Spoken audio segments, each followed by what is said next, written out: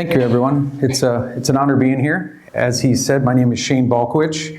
I'm an ambrotypist. That means eternal impression in Latin.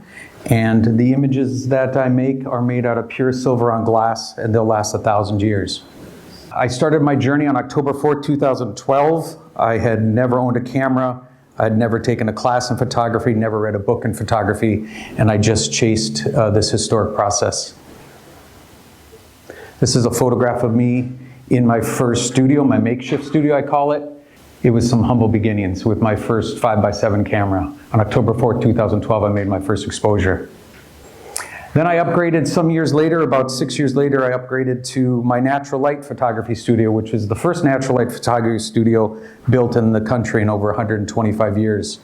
And I had learned from a book by Dr. Felix Raymer from 1903 on how to design the best photographic studio for the time. And I took the pitch and the size of my windows from his book from 1903. So I just want to, as a photographer, I just wanted to explain to you what you see when you go up and see Edward Curtis's work, and some of the prints and the type of different historic processes. We can't talk about photography without tipping our hat to Louis Daguerre. He was a Frenchman that invented the daguerreotype. And the daguerreotype is a polished brass plate that they would heat mercury up, and they were able to get these images in 1838. What they did not know is that these young photographers were getting heavy metal poisoning from the heating of the mercury. So Mad Hatter's disease, you guys know about the Disney character, the Mad Hatter. We think he's kind of like this jovial, kind of funny character. He's actually dying of heavy metal poisoning because hatters used to use mercury when they, with rabbit's fur to make felt hats. So this is the start of photography, 1838. So you have to understand, before this time, if you wanted a likeness of someone, if I wanted a likeness of my wife or someone, I would have to hire a painter or a sketch artist or someone, or a sculptor to render that. But this is the first time that we could actually have photographs, and we owe it to Mr. Daguerre. This is the process that I practice, the collodion process, invented by Frederick Scott Archer in 1851. You have to understand that this was a scientific achievement. A scientific achievement as big as going to the moon, okay? He actually gave his words in The Chemist, which was a scientific journal of the time, and that's how he gave this process to the world. So this was huge. This was going to the moon in the Victorian era, figuring out how to make photographs. And the beautiful thing about the Daguerre, the wet plate process is that it was a little bit less expensive, and they got away with some, it wasn't quite as dangerous as the daguerreotype process. So you had the daguerreotype, then you had the collodion process by Archer. I went and gave a talk at the Pitts Rivers Museum at the University of Oxford last August, and I actually found his grave in London, in a graveyard in London, and I put a little bottle of my collodion on his grave to thank him for all he did for me. So we have to get into Edward Curtis's work. And Curtis, if you would have went to Curtis in 1905 and said, well, you know, why aren't you doing wet plate? He would have thought you were crazy, because by 1885, the wet plate process was abandoned and the dry plate process was invented by Richard Maddox. And what this did is, when I make these images here, I'm making the emulsion and I'm pouring chemicals, collodion on a plate, I'm immersing it in silver nitrate, I'm making a photosensitive plate. What Mr. Maddox figured out, he freed up, so when my plate is poured, the plate cannot dry. If it dries, we lose the image. With Curtis, he would buy these dry plates and he could take them in the field, and I actually have an example of some dry plates that you would just get this from Kodak Eastman. And he would load these in his camera, keep them in the dark, he'd do his exposure, keep them in the dark, and then he could take them back to his studio or his tent days, weeks, hours later and process them. That's not what it is that I'm practicing. So I just want to show you some of the different similarities and some of the differences as well. But he made his work exclusively on dry plates.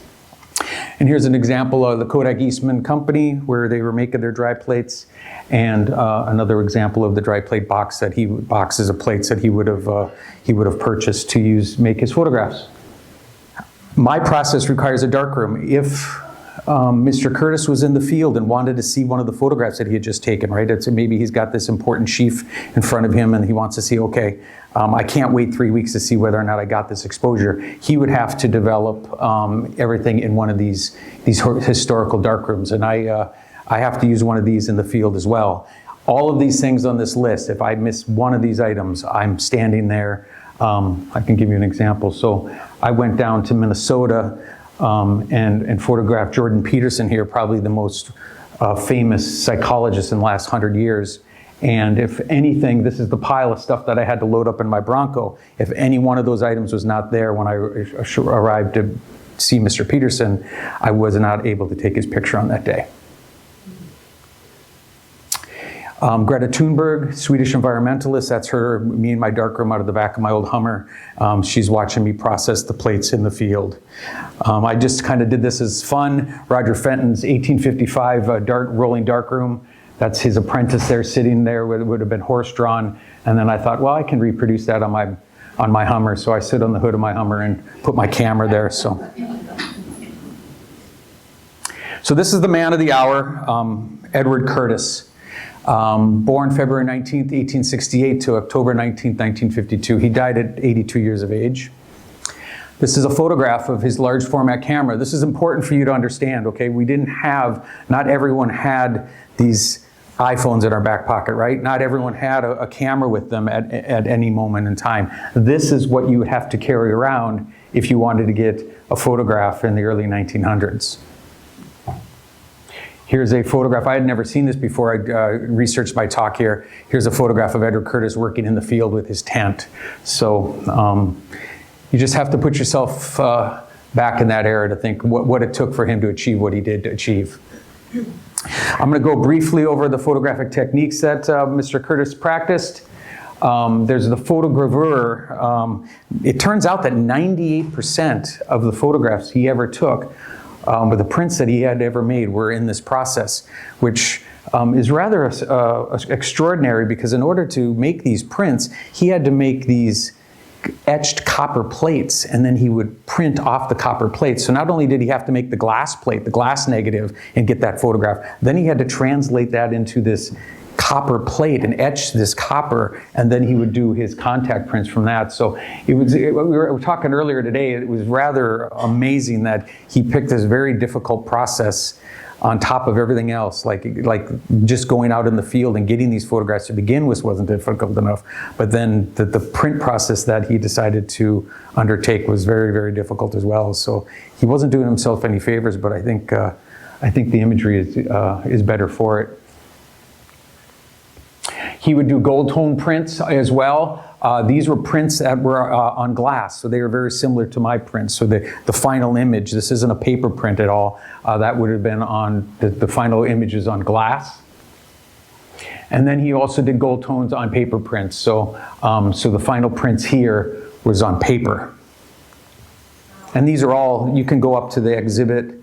We looked at it for a couple hours a day, and there's many different examples of these different kinds of print techniques. The difference between, for Mr. Curtis, his end result was not the glass plate, okay? His end result was the print that he could make from the glass plate. So when Sitting Bull came into Bismarck, North Dakota in 1882, and Orlando Scott Goff photographed him, Mr. Goff would not have made a positive like you see here for viewing, because if I make a positive, these are a one of one. I can't make these, I can put this on a scanner, but they didn't have scanners back then. They didn't have photocopy machines. So I can put these, I can scan them, but they didn't have any way. So if you made a positive, you only had one in the world, and there was no other way of duplicating it, right? The technology was not there. So what Edward Curtis would have done is he wanted to make these glass negatives, so he would shoot on clear glass, which is what these plates are. They're on clear glass, and then he could make as many prints of Sitting Bull as he wanted to, if Sitting Bull was the subject on that day. So he could make 100 of them, and then, oh, I need 100 more. He could make 100 more prints. So he was able to make, he was able to reproduce his work, and that's what you're seeing here with the cyanotype. Incidentally, I teach this at my college at Bismarck State College, where I teach wet plating, but we do work with the cyanotype process. And blueprints, structural drawings, were called blueprints because they used the cyanotype process to reproduce drawings back in the day. Platinum prints. Herb Asherman, world-renowned platinum printer, is a very good friend of mine from Cleveland. Platinum prints are very expensive. Just to let you know, in modern day little chemistry, a little bottle of platinum about this big, probably $500, right? And you're pouring that on paper, and you can about imagine how expensive that gets. But the platinum print is a very, very beautiful photographic process, and there's many examples upstairs of the platinum prints that Mr. Curtis did as well. And then he would, hand coloring. Photographers always wanted to have color in their photographs. They knew that real life, when, these photographs here, from 1851 process, there's no color in them. But the photographers always knew that, it'd be nice if we had color. So one of the ways they would do is they would tone. They could paint or tone their different prints. What they would do in the wet plate process is, for instance, if I took this plate and I wanted to add maybe a rosy cheek or some red lips. Okay, before I varnish the plate, I would grab some pan pastels, which is like a chalk that they used. It's been used for hundreds of years by artists. I would huff on the plate, and I'm not going to do it here, but I would huff on it with my breath. It would create some humidity, and I would tap the pan pastel red into her lips. And then I'd varnish over that, and I could paint her lips red if that's my desired effect. But so photographers have always been trying to get color into their photographs, and this was a beautifully executed example of something that Mr. Curtis did. Blue tone gelatin silver prints. This one on the right is from 1925. The one on the left is actually part of my original collection. So I purchased this some years ago. It's in an original Edward Curtis frame. It's called Aphrodite. This was at circa 1930. You have to understand, Mr. Curtis at this time had already suffered a couple bankruptcies. He was completely defeated. He felt like his life's work never amounted to anything. He never received a lot of recognition, or as much recognition that he thought he should have received. And he was in this depressive era of his life, living with his daughter in California. And that hangs in my darkroom. The Northern American Indian, 2,200 photos taken by Curtis and nearly 5,000 pages in 20 volumes. I say, and I feel strongly about this, and Clay and I talked this morning, I think this is the most significant photographic achievement of all time. Never before did one photographer achieve what Mr. Curtis achieved, traveling all across the country, trying to photograph, taking 40,000 dry plates of Native Americans. It's just, no one's ever done it since, and no one ever did it before him. I have a copy. Chris Cardozo was a good friend before he passed away. He reproduced every book of Curtis's, so all 20 volumes I have in my studio. And here you see Calvin Grinnell, the gentleman who gave me my name, Mishte Ekagoche, in Hidatsa, which means shadow catcher. He is verifying some skull facts. So in his oral traditions, I believe he heard there was either 3 or 4 skulls that were these relics of his tribe. And he kept hearing over his life these conflicting stories. Was it 3 or is it 4? He never knew. So he spent the afternoon with the Hidatsa book by Edward Curtis, and he was able to ascertain that Curtis wrote down over 100 years ago that was 3 skulls. And at that point, Mr. Grinnell can go into the future and say, I feel confident that it's 3 skulls, not 4. For me, as the person who purchased this rather expensive volume of books, that paid for the books themselves just that afternoon. The original sets of books sold between $3,000 and $3,500 back on April 10th, 2012. One set, a complete set for $2.8 million is how much these books cost. I want to say I paid $6,000 for my reproduction of Curtis's work, and it's the best money I've ever spent. So I want to talk briefly about some of the different criticisms of Edward Curtis's work. We have to understand this man, this criticism came after he had some criticism during his life, but a lot of this criticisms by scholars came after he was gone, so he wasn't there to defend himself. Retouching and romanticizing is one of the criticisms that he had received. Here's a very good example of that. You'll notice here a clock in the foreground, and then the original print over here that he did, he edited out the clock. I don't know why he decided to do that. Maybe Curtis accidentally forgot that clock or something in the foreground or in the setting and realized it later. I'm not sure, but retouching was a common practice way before Edward Curtis's time, and it was just a way of photographers being able to edit their work to the vision that they saw for their work. For instance, Enemies on the Plain. Alan Demery came up with this idea. He said, Shane, we used to always fight on the plains. Us tribes used to fight all the time. We need to depict that. So this is me depicting enemies on the plain. My wet plate's on the left. Here's an iPhone shot here's an iPhone shot in the center, and this is the scene outside of my studio. The second modern criticism was staging or composition.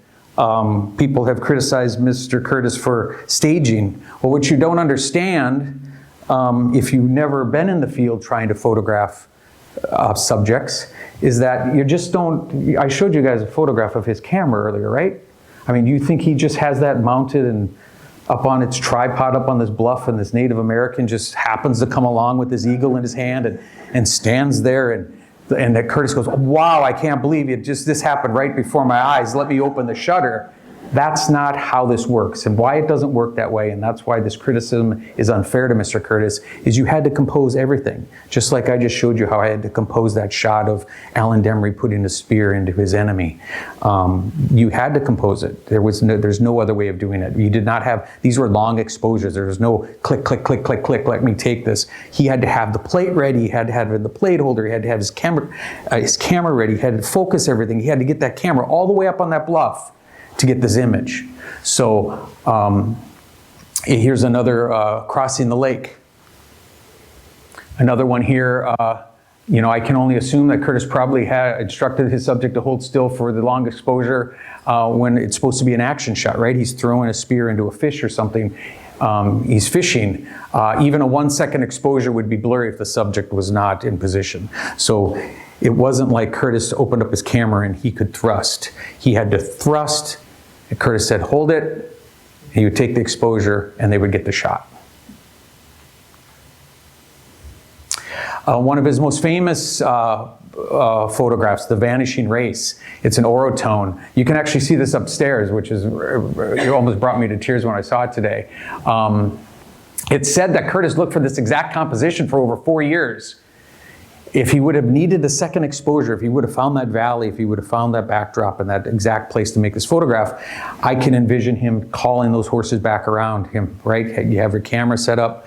No, we didn't get it. I didn't get it that time. Or we got to take two because I don't know if I got it. And they would come back around and they would go in front of him. I can only assume I wasn't there, but these are the things that would have to have been done in order to achieve these kind of photographs. You're just not sitting on that trail with a camera and these horses come by. That, I can assure you, did not happen.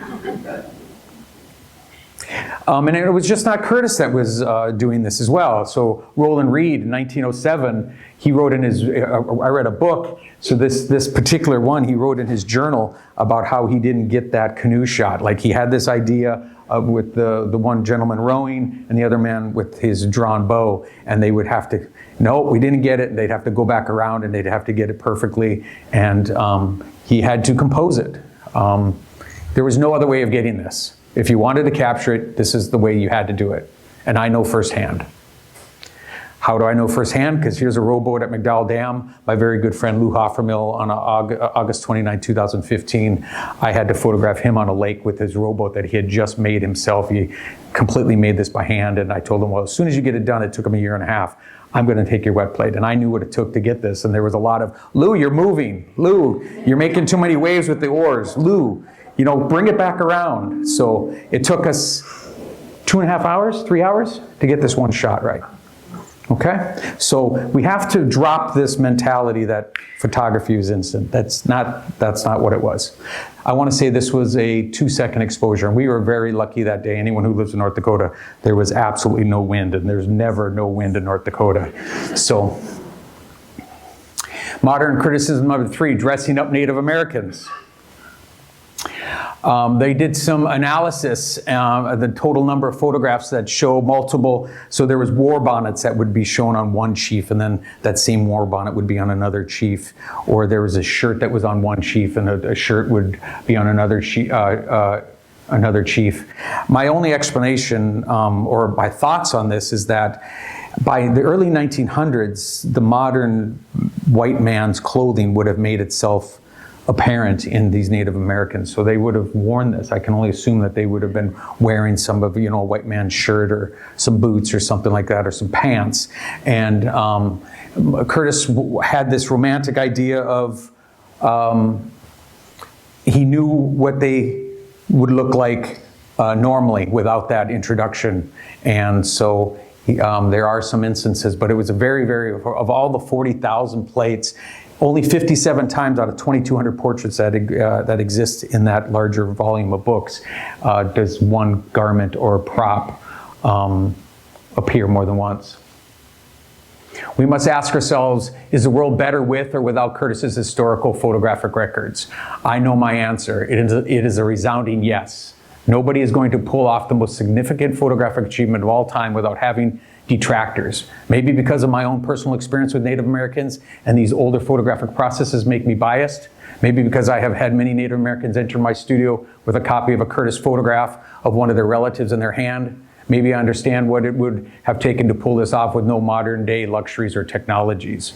Or just maybe because I know what Curtis would have never believed, that in 2026 Native Americans would be having their wet plates taken to further document their heritage in the modern day.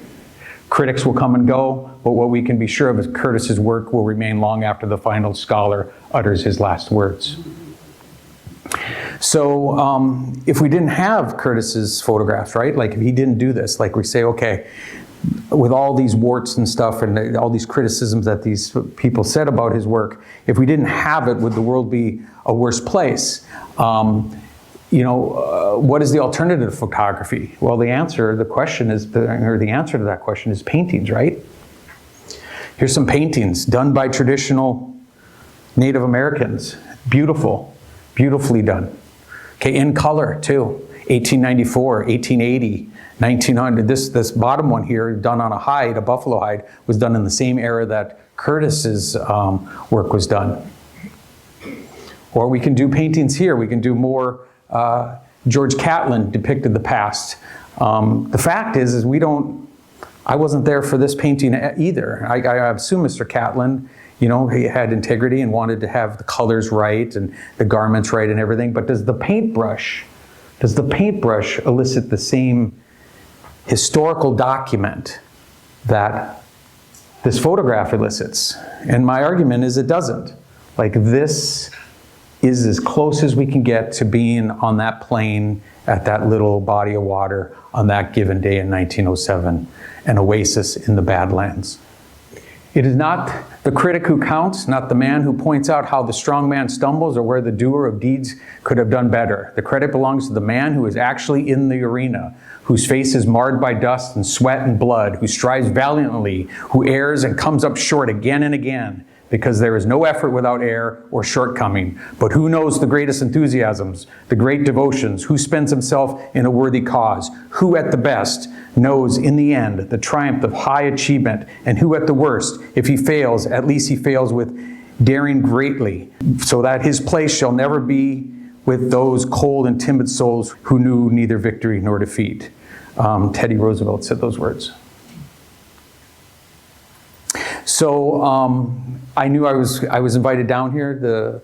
The James Museum has some of my works. I've got works at 109 museums around the world. But I thought, if I'm coming down there, I'm going to give you guys some more plates. So these 5 plates on the left here, I'm donating today to this fantastic museum, and it's an honor to be able to document. Thank you. This is not it's an honor for me, but it's more of an honor for the people that are in these photographs, okay? Hundreds of years from now, people will be able to look at these photographs long after I'm gone and see that these people existed. So Sacred Eagle Woman, Sweetgrass Woman, Narcisse Warren Olson, my Hidatsa brother, thinking of things a long ways off. Woman who walks in the sacred circle. So it's taken me 13 years to make 5,605 plates. On my 5,000th plate, I thought, well, I should do something special, right? Like, I've been working at this for a long time. I should do something special, so I thought, I'll take a photograph of my studio. So I went outside, got back, took a photograph of my studio. I shared it online, and this math teacher contacted me. He says, Shane, he says, how thick is your glass? So I know that this black glass, this is black glass, by the way. It's the same kind of glass that you'd find in a church window. I said, it's 3 millimeters thick. The math teacher went away, came back to me in a couple minutes later and says, by the way, Mr. Balkowitsch, just to let you know, if you stacked every one of your portraits that you've made, this 5,000 plates on top of each other, stacked them like a deck of cards, it would reach 84 feet in the air. And until that moment, I really didn't realize how much work that I had been putting in. Curtis made over 40,000 dry plates from 1907 to 1930. And this was my very first photograph as a non-photographer on October 4th, 2012 of my brother Chad. After that, every year on the October 4th, I take another photograph of my brother, take his shirt off, put him in front of a dark black drop. It's a 5x7, so I have this series. It's called My Brother Through the Years, and I've been photographing my brother as he ages. And it's the series will go to his oldest daughter upon my death or upon my brother's death, and that's the idea. So I've got this series going on. On October 4th, 2012, I take a photograph of my brother every year. The present is now. This is all we have.